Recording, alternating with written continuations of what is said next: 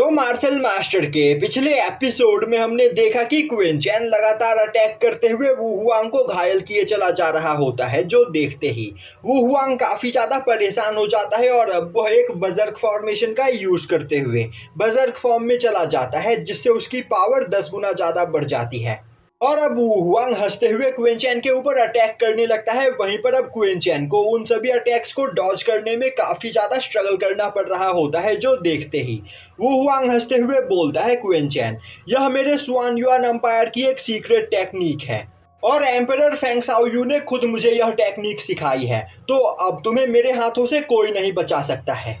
यह सुनते ही क्विन चैन सोचने लगता है, वू हुआंग बात तो ऐसे कर रहा है जैसे यह पता नहीं कितनी ज्यादा खतरनाक टेक्निक है। यह बस एक नॉर्मल टेक्निक है जो मैंने ही फेंग शाओयू को सिखाई थी और मुझे मारने के बाद फेंग शाओयू ने इस टेक्निक को अपना नाम दे दिया। तभी वू हुआंग काफी तेजी से क्विन चैन के ऊपर अटैक करता है। क्विन चैन अपने रस्टी स्वॉर्ड का यूज करते हुए उन सभी अटैक्स को डिस्ट्रॉय करने की कोशिश करता है, पर वह सभी अटैक्स बहुत ही ज्यादा फास्ट होते हैं, जिस वजह से क्विन चैन को एक बैरियर बनाते हुए उन अटैक्स को ब्लॉक करना पड़ता है। और अब वह बोलता है, यह पर्सन यहाँ पर मेरे ही द्वारा इन्वेंट किए गए टेक्निक का यूज करते हुए मारना चाहता है। इसे लग रहा है कि अब यह काफी आसानी से मुझसे जीत जाएगा।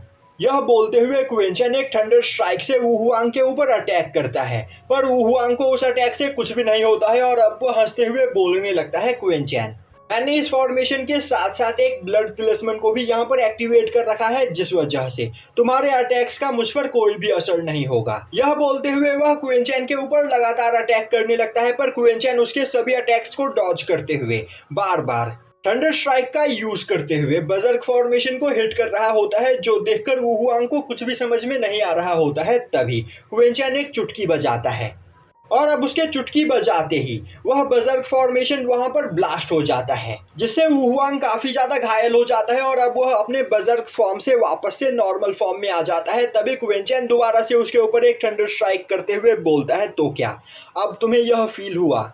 अब यह सब देखकर वू हुआंग वहां पर काफी ज्यादा हैरान होता है और बोलने लगता है, आखिर ऐसा कैसे हो सकता है? आखिर तुम हमारे अंपायर के सीक्रेट फॉर्मेशन की कमजोरी कैसे जानते हो?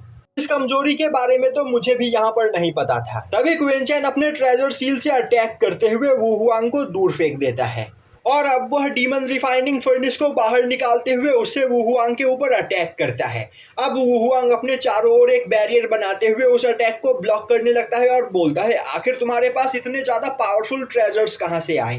तुम लोअर रैलम के एक मामूली से कीड़े हो, आखिर तुम्हें इतने ज्यादा पावरफुल ट्रेजर्स मिले कहाँ से? पर तभी उसका बैरियर डिस्ट्रॉय हो जाता है और अब वह दूर जाकर गिरता है। अब वू हुआंग की हालत काफी ज्यादा खराब हो चुकी होती है और उसका कोई भी अटैक क्विन चैन के ऊपर काम नहीं कर रहा होता है, जो देखते ही वह सीक्रेटली अपने पास से एक पिल निकालते हुए उसे खाने की कोशिश करता है, जिससे उसकी पावर वहां पर बढ़ सके। पर तभी डीमन रिफाइनिंग फर्नेस के अंदर बैठा हसल मैन अपने डेमोनिक चेन से अटैक करते हुए उसके हाथ से उस पिल को दूर फेंक देता है और अब वह अपने डेमोनिक चेन से उसे बांधते हुए बोलता है, आखिर तुम्हें मरने की इतनी जल्दी क्यों है? यह देखते ही वू हुआंग की हालत और भी ज्यादा खराब हो जाती है और अब वह बोलने लगता है, आखिर ऐसा कैसे हो सकता है? उस फर्नेस के अंदर एक पर्सन छिपा हुआ था।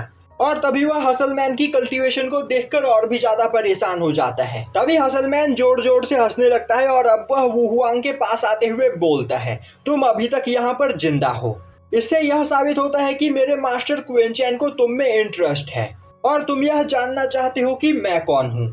तुम्हें थोड़ी ही देर में इस बारे में पता चल जाएगा, क्योंकि हम दोनों यहाँ पर दोस्त बनने वाले हैं। वू हुआंग बोलता है, बकवास करना बंद करो और मुझे बताओ कि आखिर यहाँ पर चल क्या रहा है। यह सुनते ही हसलमैन क्विन चैन की ओर देखता है। तभी क्विन चैन बोलता है, टाइम वेस्ट मत करो और इसे अभी अपना गुलाम बनाओ। यह सुनते ही हसलमैन सोल सप्रेसिंग टेक्निक का यूज करते हुए वू हुआंग को अपना स्लेव बनाने की कोशिश करता है, जो देखते ही वू हुआंग काफी ज्यादा डर जाता है और अब वह चिल्लाते हुए अपनी बॉडी के अंदर मौजूद फेंग शाओयू की एक सोल को वहां पर समन करता है, जिससे वह हसलमैन के चेन से आजाद हो जाता है। अब फेंग शाओयू की क्लोन बॉडी को अपने सामने देखते ही हसलमैन जोर जोर से हंसने लगता है और बोलता है, मेरे दोस्त, तुम यहाँ पर सच में बहुत ही ज्यादा जिद्दी हो। हम तुम्हें यहाँ पर हर्ट करना नहीं चाहते हैं, तो फिर क्यों ना तुम प्यार से हमारे सामने सरेंडर कर दो। पर वू हुआंग वहां पर कुछ भी नहीं बोलता है, जो देखते ही हसलमैन गुस्से में उसके ऊपर एक काफी पावरफुल अटैक करता है। पर फेंग शाओयू का क्लोन अपने चारों ओर एक बैरियर बनाते हुए वहां पर उस अटैक को ब्लॉक कर लेता है। तभी हसलमैन अपने अटैक की पावर को बढ़ाते हुए उस बैरियर को डिस्ट्रॉय करते हुए फेंग शाओयू के क्लोन को घायल कर देता है और अब वह कई सारे डीमन स्पिरिट्स को समन करते हुए उस क्लोन के ऊपर अटैक करने लगता है, जिससे वू हुआंग की हालत खराब होने लगती है। तभी हसलमैन एक ब्लड टॉर्नेडो के अंदर उस क्लोन को फंसाते हुए उसे डिस्ट्रॉय कर देता है और उसकी पूरी एनर्जी को अपनी बॉडी के अंदर एब्जॉर्ब कर लेता है। अब वहां पर वू हुआंग काफी ज्यादा घायल हो चुका होता है और अब वह हसलमैन को देखते हुए बोलता है, तुम्हारी कल्टीवेशन मार्शल एम्परर रेलम के 7th लेवल की है, पर तुमने यहाँ पर बस अपने एक ही अटैक में एल्डर गुइंग के क्लोन को डिस्ट्रॉय कर दिया, आखिर तुम हो कौन? अब यह सुनते ही क्विन चैन सोचने लगता है तो यह क्लोन फेंग शाओयू का नहीं बल्कि एल्डर गुइंग का था। तभी वू हुआंग एक काफी पावरफुल एनर्जी ब्लास्ट करते हुए क्विन चैन और हसलमैन का ध्यान भटकाते हुए वहां से भागने की कोशिश करता है, जो देखते ही हसलमैन अपने डेमोनिक चेन से उसका पीछा करने लगता है।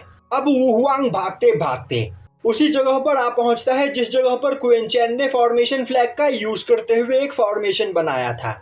यह देखते ही क्विन चैन अपने फॉर्मेशन को एक्टिवेट करते हुए वू हुआंग को वहां पर ट्रैप कर लेता है, जिसके बाद हसलमैन अपने डेमोनिक चेन से वू हुआंग को वहां पर जकड़ लेता है और अब वह उसे घसीटते हुए क्विन चैन के पैरों में लेकर आता है। अब वू हुआंग को देखते ही क्विन चैन अपनी मेंटल पावर का यूज करते हुए वू हुआंग के सोल सी के अंदर जा पहुंचता है। अब अपने सोल सी में क्विन चैन को देखते ही वू हुआंग की सोल क्विन चैन के ऊपर अटैक करने लगती है, पर क्विन चैन उसके सभी अटैक्स को डॉज करते हुए बिल्कुल उसके पास जा पहुंचता है, जो देखते ही वू हुआंग का सोल उसे एक पंच करने की कोशिश करता है, पर क्विन चैन बस अपनी एक ही उंगली से उसके अटैक को ब्लॉक कर लेता है, क्योंकि हसलमैन के अटैक की वजह से उसकी सोल पावर काफी ज्यादा वीक हो चुकी होती है। और अब क्विन चैन लगातार वू हुआंग की सोल के ऊपर कई सारे अटैक्स करते हुए उसे डिस्ट्रॉय कर देता है और वू हुआंग की सोल वहां पर पूरी तरीके से डिस्ट्रॉय हो पाए इससे पहले ही वह सोल सप्रेसिंग फॉर्मेशन का यूज करते हुए उसकी सोल को सील कर देता है। और अब वह बोलता है, वू हुआंग की पूरी बॉडी अब हमारे कंट्रोल में है और अगर इस बार हमारा सामना उन डीमन सीडलिंग्स के साथ हुआ तो वह इतनी आसानी से मेरे सोल सप्रेसिंग फॉर्मेशन को डिस्ट्रॉय नहीं कर पाएंगे, क्योंकि ऐसा करते ही वू हुआंग की मौत हो जाएगी। तभी हसलमैन आगे बढ़ते हुए उस सोल सप्रेसिंग फॉर्मेशन को देखते हुए बोलता है, मास्टर यह तो सच में बहुत ही ज्यादा खतरनाक टेक्निक है। मैं अपनी इतनी ज्यादा कल्टीवेशन के बावजूद भी इस सोल सप्रेसिंग फॉर्मेशन को सेंस नहीं कर पा रहा हूँ, ना ही मुझे यह दिखाई दे रहा है। तभी वू हुआंग उठकर खड़ा होता है और अब वह धीरे धीरे क्विन चैन की ओर आगे बढ़ते हुए उसे ग्रीट करता है। तभी क्विन सू भी क्विन चैन का पीछा करते हुए उस जगह पर आ पहुंचती है और अब वह वू हुआंग को क्विन चैन के इतने ज्यादा क्लोज देखकर परेशान हो जाती है और वू हुआंग के ऊपर अटैक करने की कोशिश करती है, पर तभी हसलमैन बीच में आते हुए उसके अटैक को डिस्ट्रॉय कर देता है और बोलता है, तुम्हें परेशान होने की कोई जरूरत नहीं, वू हुआंग अब मास्टर क्विन चैन का स्लेव बन चुका है। यह सुनते ही क्विन सू काफी ज्यादा हैरान होती है। तभी हसलमैन वू हुआंग को उठाकर क्विन सू के सामने रखता है और अब वह उसके सर पर एक टपली मारते हुए बोलता है, बेवकूफ, हमारी सिस्टर इन लॉ को यहाँ पर ग्रीट करो। और अब वू हुआंग एक ज़ॉम्बी की तरह क्विन सू को ग्रीट करता है, क्योंकि उसकी सोल को क्विन चैन ने लगभग डिस्ट्रॉय कर दिया होता है और उसकी सोल पावर को रिस्टोर होने में थोड़ा टाइम लगेगा। तभी क्विन सू देखती है कि क्विन चैन वहां पर घायल होता है, जो देखते ही वह परेशान हो जाती है। क्विन चैन बोलता है, मैं बिल्कुल ठीक हूँ और थोड़ी देर तक आराम करने के बाद मैं बिल्कुल फिट हो जाऊंगा। अब क्विन चैन वू हुआंग की ओर देखते हुए बोलता है, जब तुम पहली बार मुझसे मिले थे और तुमने मुझे ज्वाइन करने का ऑफर दिया था, तब तुमने मेरी तुलना फैंटम डीमन सेक्ट की सेंट चैंगसी से की थी, तो क्या मैं जान सकता हूँ कि आखिर यहाँ पर क्या चल रहा है? अब वू हुआंग बोलता है, मास्टर क्विन चैन, मुझे ज्यादा कुछ तो नहीं पता, पर मैंने यह सुना कि इस सीक्रेट रैलम में आने से पहले स्वान युआन एम्पायर के प्रिंस ने चैंगसी को उन्हें ज्वाइन करने का ऑर्डर दिया था, पर चैंगसी ने उसे साफ मना कर दिया, जिससे फेंग यू की ईगो हर्ट हो गई और इस सीक्रेट रैलम में आते ही उसने सबसे पहले अपने सभी साथियों को चैंगसी को ढूंढने का ऑर्डर दिया।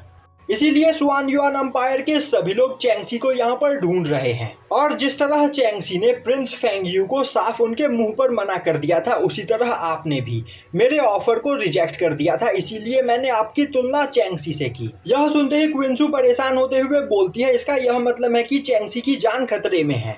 तभी वू हुआंग बोलता है, मास्टर क्वेनचैन, क्या चैंगसी आपको पसंद है? आप कहो तो मैं तुरंत आपके लिए उसे ढूंढता हूँ। यह सुनते ही हसलमैन काफी गुस्से में वू हुआंग को पंच करते हुए बोलता है, बेवकूफ, आखिर तुम सिस्टर इन लॉ क्विंसू के सामने ऐसी बात कैसे कर सकते हो? अभी तुरंत सिस्टर इन लॉ से माफी मांगो। अब हसलमैन वहां पर जिस तरह वू हुआंग को ट्रीट कर रहा होता है, यह देखकर क्विंसू की हंसी छूट जाती है। तभी हसलमैन क्विंसू के पास आते हुए बोलता है, सिस्टर इन लॉ, आप इस बेवकूफ की बात पर ध्यान मत दीजिए, अभी यह होश में नहीं है, इसीलिए कुछ भी बकवास कर रहा है। मास्टर क्वेनचैन के दिल में आपकी जगह कोई ले ही नहीं सकता है। और इस डेमोनिक सीक्रेट रैलम में आने के बाद मास्टर क्वेनचैन ने सबसे पहले आपको ढूंढने का काम किया, क्योंकि यह आपको सबसे ज्यादा प्यार करते हैं। यह सुनते ही क्वेनचैन खांसते हुए उसे चुप करा देता है। क्विंसू मन ही मन सोचने लगती है, क्या क्वेनचैन को सच में मेरी इतनी ज्यादा चिंता है?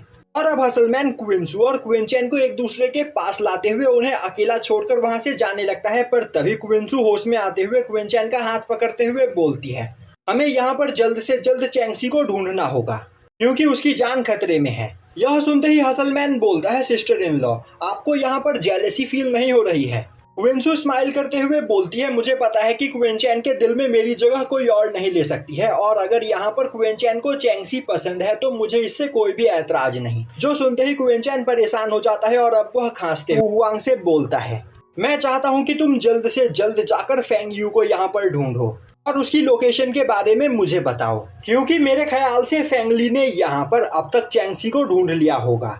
यह सुनते ही वू हुआंग काफी तेजी से फेंगली को ढूंढने के लिए वहां से चला जाता है। और तभी क्वेनचैन डीमन रिफाइनिंग फर्नेस को बाहर निकालते हुए हसलमैन को वापस से उसके अंदर बुला लेता है। तभी क्वेनचैन को ढूंढते हुए मिस जाओ भी उस जगह पर आ पहुंचती है, और अब वह क्वेनचैन को क्विंसू के साथ खड़ा हुआ देखकर काफी ज्यादा हैरान होती है और बोलती है, आखिर तुम अब तक सेफ कैसे हो? यह बोलते हुए वह आसपास वू हुआंग को ढूंढने लगती है, पर उसे वू हुआंग दूर दूर तक कहीं भी नहीं दिखाई देता है। तभी क्वेनचैन बोलता है, मिस जाओ, क्या आप मुझे यहाँ पर इंजर्ड हालत में देखना चाहती थी? मिस जाओ बोलती है, नहीं, मैं बस यहाँ पर तुम्हारे लिए परेशान थी, क्योंकि एम्परर वू तुम्हारा पीछा कर रहे थे और एम्परर वू के हाथों बच पाना बहुत ही ज्यादा मुश्किल है। क्वेनचैन बोलता है, एम्परर वू और मेरी इस जगह पर काफी देर तक फाइट चली और हम दोनों की ही पावर इक्वल थी और हम दोनों ही फाइट में एक दूसरे का कुछ भी नहीं बिगाड़ पा रहे थे, इसीलिए एम्परर वू मुझे अकेला छोड़कर यहाँ से चले गए। यह सुनते ही काफी ज्यादा हैरान होती है। अभी क्वेनचैन बोलता है, अगर आपको इसके अलावा कोई और बात नहीं करनी है तो मैं और क्विंसू यहाँ से जा रहे हैं, क्योंकि हमें यहाँ पर कुछ जरूरी काम है। तभी मिस जाओ क्वेनचैन को रोकते हुए बोलती है, क्वेनचैन, यह जगह बहुत ही ज्यादा खतरनाक है और मैंने थोड़ी देर पहले तुम्हारी पावर देखी है, तुम सच में बहुत ही ज्यादा पावरफुल हो, तो क्या मैं तुम्हारे साथ इस सीक्रेट रैलम को एक्सप्लोर कर सकती हूँ? क्वेनचैन बोलता है, नहीं, मुझे और क्विंसू को यहाँ पर एक इम्पोर्टेंट काम करना है, इसीलिए तुम हमारे साथ नहीं चल सकती हो।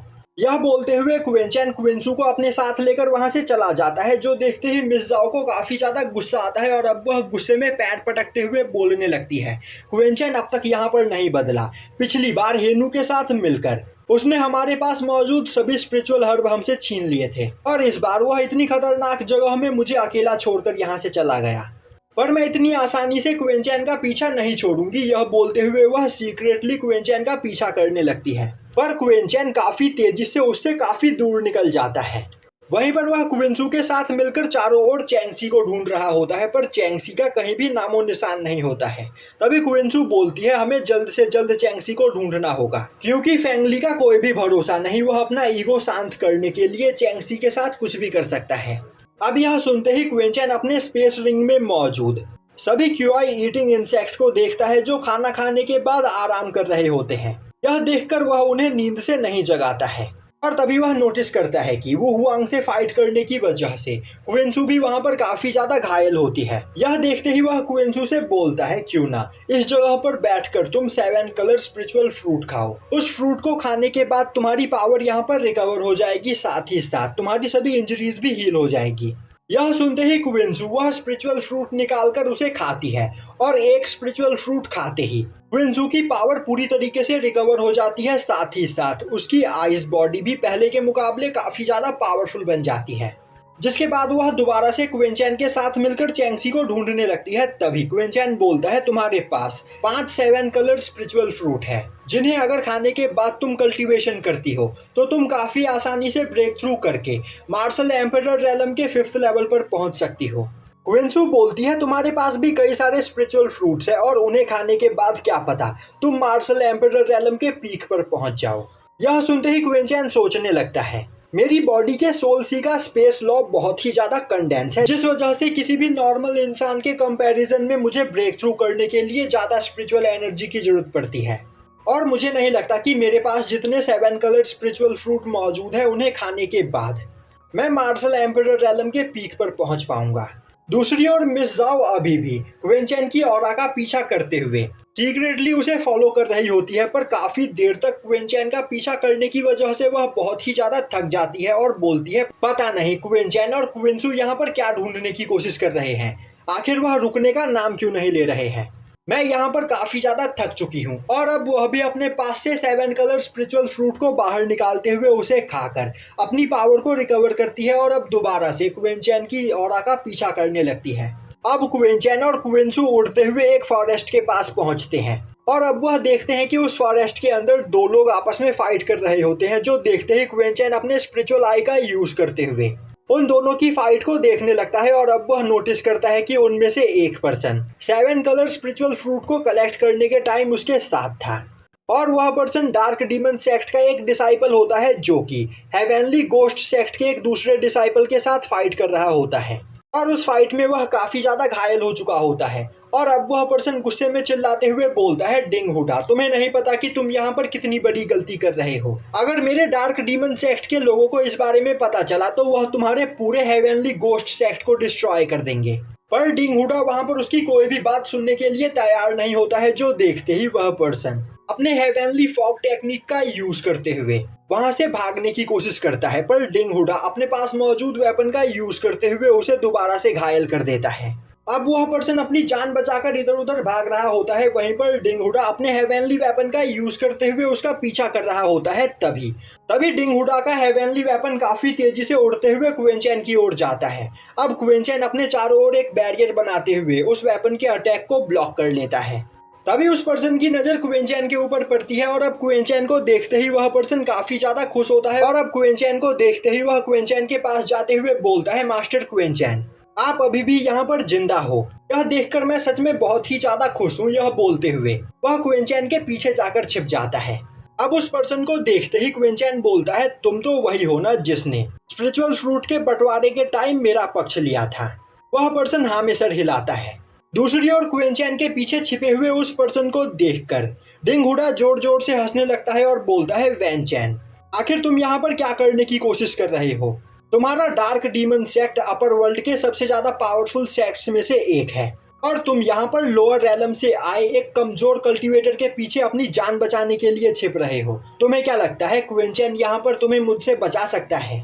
और अब डिंग हुडा हंसते हुए बोलता है मैं सच में बहुत ही ज्यादा लकी हूँ, जो बिना ढूंढे क्विंचैन मुझे यहाँ पर मिल गया। और अब वो हंसते हुए क्विंचैन को बताता है कि फेंगली ने हेवनली गोस्ट सेक्ट के डिसाइपल्स के सामने यह अनाउंसमेंट की है कि जो भी क्विंचैन को मारकर उसका सर फेंगली को लाकर देगा, फेंगली उसे एक बहुत ही ज्यादा कीमती ट्रेजर गिफ्ट करेगा। इसीलिए काफी लंबे समय से हेवनली गोस्ट सेक्ट के डिसाइपल्स क्विंचैन को यहाँ पर ढूंढ रहे हैं और वो अपने आप को सच में बहुत ही ज्यादा लकी मानता है, क्योंकि बिना ढूंढे ही क्विंचैन अपने आप ही उसके सामने आ गया। यह बोलते हुए वह क्विंचैन के ऊपर अपने स्पिरिचुअल हैंड से अटैक करता है, पर तभी क्विंचैन अपने स्वॉर्ड डोमेन को एक्टिवेट करते हुए उसके स्पिरिचुअल हैंड को एक जगह पर फ्रीज कर देता है और अब वो एक स्पिरिचुअल स्वॉर्ड से अटैक करके उसके स्पिरिचुअल हैंड को डिस्ट्रॉय कर देता है, जो देखते ही डिंग हुडा परेशान हो जाता है और अब वह अपने चारों ओर बैरियर बनाते हुए क्विंचैन के स्पिरिचुअल स्वॉर्ड को ब्लॉक करने की कोशिश करता है, पर उसके द्वारा बनाया गया बैरियर भी डिस्ट्रॉय हो जाता है। और अब क्विंचैन अपने स्पिरिचुअल स्वॉर्ड को कंट्रोल करते हुए लगातार डिंग हुडा के ऊपर अटैक करने लगता है। वहीं पर डिंग हुडा काफी मुश्किल से उन सभी अटैक्स को डॉज कर पा रहा होता है और अब वह घायल होकर दूर आकर गिरता है। वहीं पर डिंग हुडा को कुछ भी समझ में नहीं आ रहा होता है और अब वह चिल्लाते हुए बोलता है आखिर ऐसा कैसे हो सकता है? एक लोअर रैलम से आया हुआ कल्टीवेटर इतना ज्यादा पावरफुल कैसे हो सकता है? और अब वह वहां से भागने की कोशिश करता है, पर क्विंचेन अपने स्पिरिचुअल चेन से उसे बांध देता है। यह देखते ही डिंगहुडा काफी ज्यादा डर जाता है और चिल्लाते हुए बोलने लगता है, क्विंचेन, तुम मुझे यहाँ पर नहीं मार सकते हो।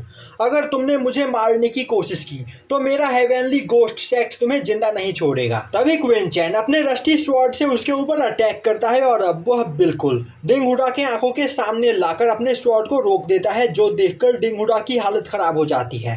अब क्विंचेन डिंगहुडा के पास आते हुए बोलता है, तुमने कहा कि फेंगली ने हेवनली गोस्ट सेक्ट में यह अनाउंसमेंट की है कि जो भी मुझे मारेगा उसे वह एक बहुत ही ज्यादा कीमती ट्रेजर गिफ्ट करेगा। तो तुम्हें जरूर फेंगली के लोकेशन के बारे में भी पता होगा। मुझे बताओ कि आखिर फेंगली कहाँ पर है। यह सुनते ही डिंगहुडा काफी ज्यादा डर जाता है और अब वह बोलता है, मैं बस मजाक कर रहा था।